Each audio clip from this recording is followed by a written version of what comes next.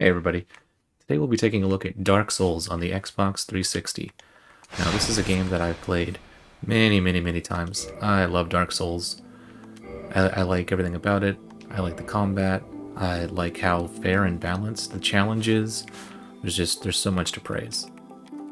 So let's make our character. Let's go with a nice heavy name. Now this will be fun. Let's try something I haven't done. Pyromancy is something I know almost nothing about, so that'll be fun. I do almost always get the master key if I don't start with the thief though, because it gives you early access to a bunch of different areas. And since I'm doing a pyromancer, let's make him tiny.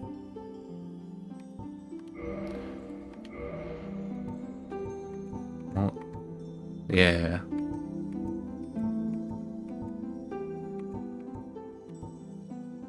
There we go. I wanted somebody who's smiling. Hair. Ah, that's fine. Alrighty, we'll jump on in. In the age of ancients, the world was unformed, shrouded by fog. A land of grey crags, arch trees, and everlasting dragons.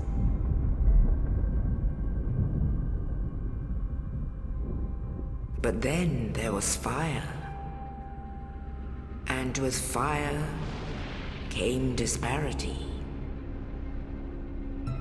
Heat and cold, life and death, and of course, light and dark.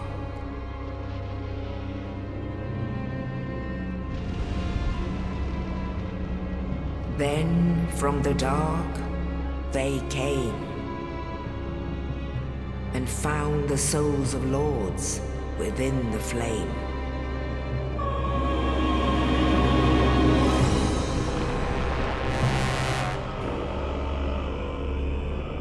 Nito, the first of the dead.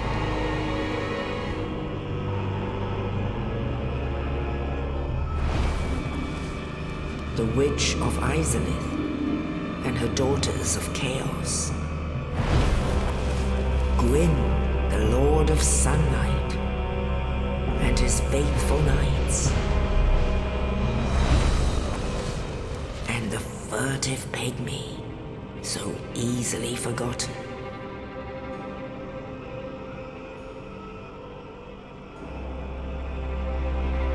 With the strength of lords, they challenged the dragons. Gwyn's mighty bullets peeled apart their stone skills. The witches weaved great firestorms. Nito unleashed a miasma of death and disease. Seath the Scaleless betrayed his own, and the dragons were no more.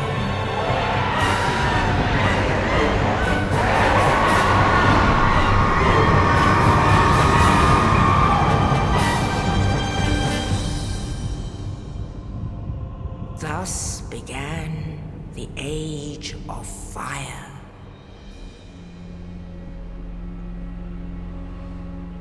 But soon the flames will fade, and only dark will remain.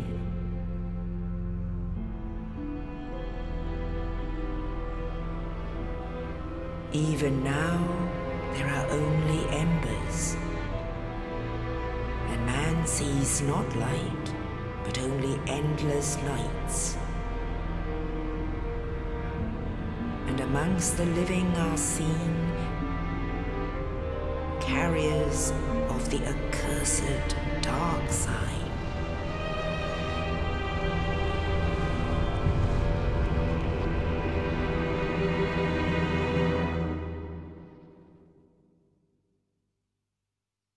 a lot of exposition up front. But what's kind of interesting about all those characters that they're shown is that they're not just lore characters. You'll actually encounter them in the game. Yes, indeed. The dark sign brands the undead.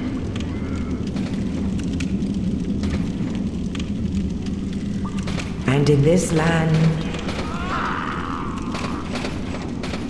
the undead are corralled and led to the north.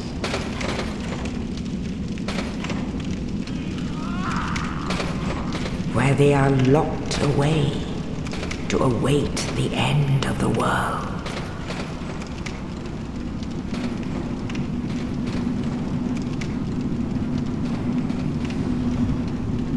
This is your fate.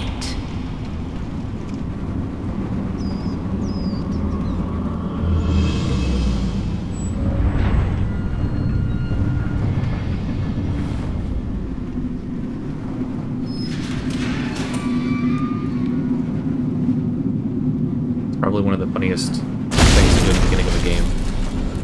You have a person spend time creating a custom character, making them look a certain way, and then you make them look like a zombie right at the start.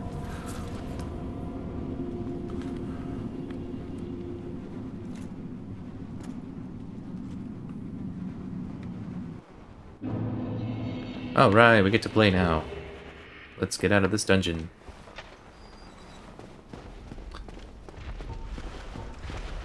So again, I've never played as the Pyromancer, but this sword will not help me use those fireballs.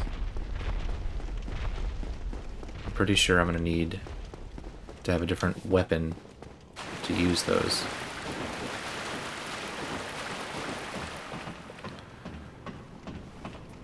Climbing up a ladder. Now, the spawn points in this game are from bonfires, so when you find a bonfire you can light it and you can rest at it, and that will recover your health and your spell counts and the specific items of the game, but it also respawns all of the enemies in the area. So while it does help you out, it's also, you gotta be strategic about how often you want to use the bonfire.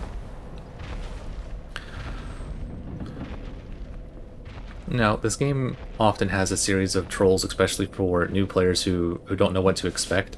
So, right from the beginning here at this door, if I look up, do you see that guy up there? You can see him, sitting on the top of the roof. He's going to try to jump down and ambush me. Now, since I don't have a weapon at all, I can try to fight him, but I have no chance at beating him with this broken little tiny sword. But let's try anyways.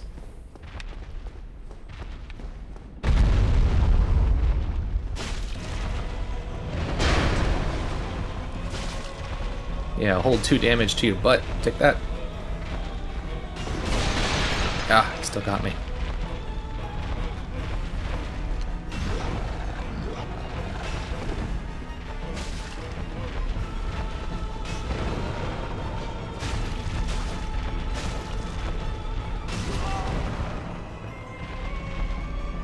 It's tough to avoid that big hit attack.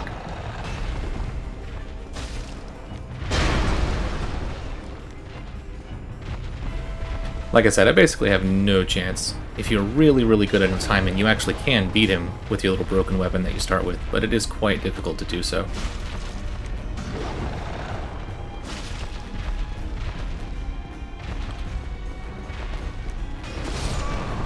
Oh, and there I go. Just wanted to show you. So, ultimately we can't beat him right away. There is an item you can choose to start with, though, that's like a fire bomb, and you can just spam those at him and actually can defeat him right away. The interesting thing about that is if you beat him at this first encounter, before you're technically supposed to be able to, he drops a unique weapon that unfortunately isn't particularly useful. Ultimately that doesn't matter because I didn't have any souls to pick back up. The monsters in the game drop souls, which kind of work like experience points that you use to level up your character to increase their stats. So once we're past that troll, we can actually get some decent items.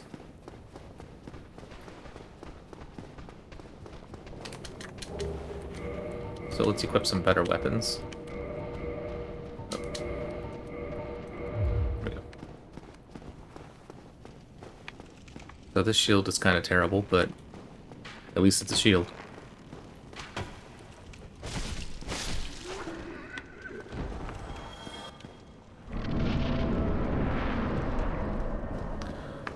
So right from the beginning, the game kind of introduces you to the idea of expect the unexpected. You can get ambushed at any time. And speaking of ambushed, if I walk up these stairs, Indiana Jones time. You can avoid that. I just wanted to show you. So here is Oscar. Oh, you. You're no hollow. Thank goodness. I'll die soon, then lose my sanity. I wish to ask something of you. You and I were both undead. Hear me out, will you? Regrettably, I have failed in my mission, but perhaps you can keep the torch lit. There is an old saying in my family. Thou who art undead art chosen, and thine exodus from the undead asylum maketh pilgrimage to the land of ancient lords. When thou ringeth the bell of awakening, the fate of the undead thou shalt know. Well, now you know. And I can die with hope in my heart. Oh, one more thing. Here, take this. An Estus flask. An undead favorite. So, although veiled, what he just told you was essentially what your quest objective is, to go ring that bell. Oh, and this. Now I must bid farewell. I would hate to harm you after death. So go now.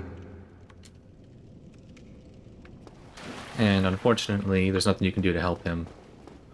Once you walk away, you'll actually hear the death animation.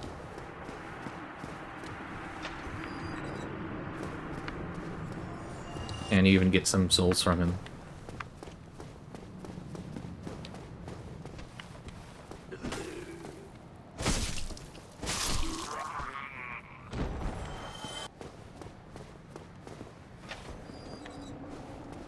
Whoa, walked up the door there. I believe this will be the weapon to help me with my pyromancy. There we go. Let me equip that as well.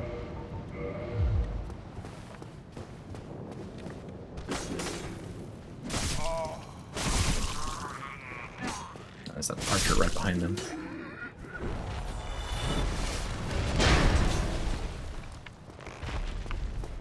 What was that?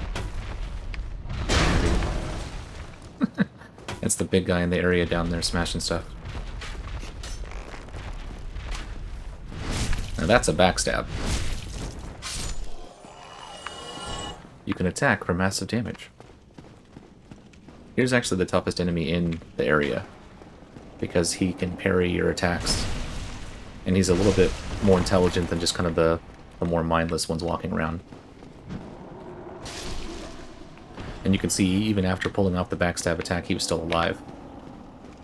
Now, if you're really lucky, that one undead who was with the bow will sometimes drop that short bow, but no luck this time.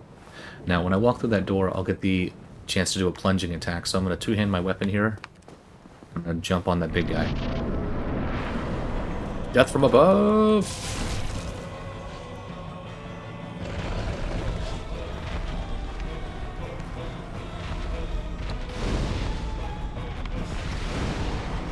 Oh yeah, you can see how much stronger that is than my regular attacks. But remember, it's limited. So I only have 5 left now.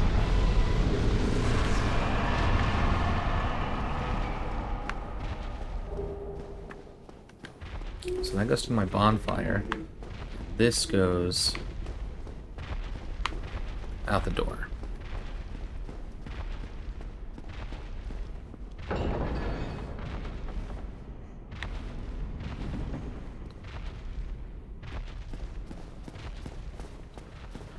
Again, Dark Souls kind of has a reputation as being a incredibly difficult game, but it really comes down to just being a game about tactics.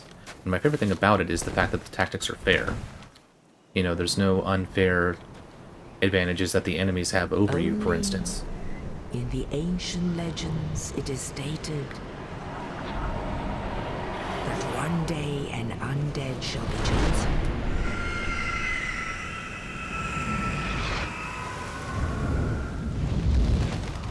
To leave the undead asylum in pilgrimage to the land of the ancient lords. Lordran.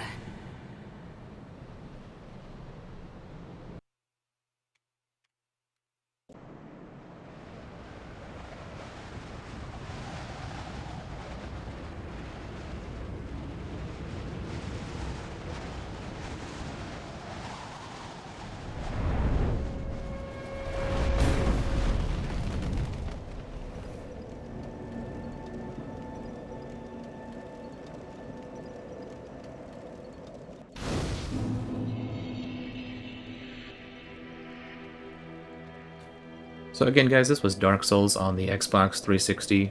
Once again, I love this game. I've played it many times, but I'd love to play it again for the channel, especially trying out a new class, because I don't know much about pyromancy, so that might be kind of a fun challenge if I stick with that class. Again, this was Dark Souls. It's a great game. It obviously doesn't need much of an introduction, but if you haven't checked it out, don't be afraid or put off by the threat of its difficulty. It's a very fair challenge, and I think that anybody can get through it. So again, guys, hope you enjoyed me playing it. Have a great one. Bye.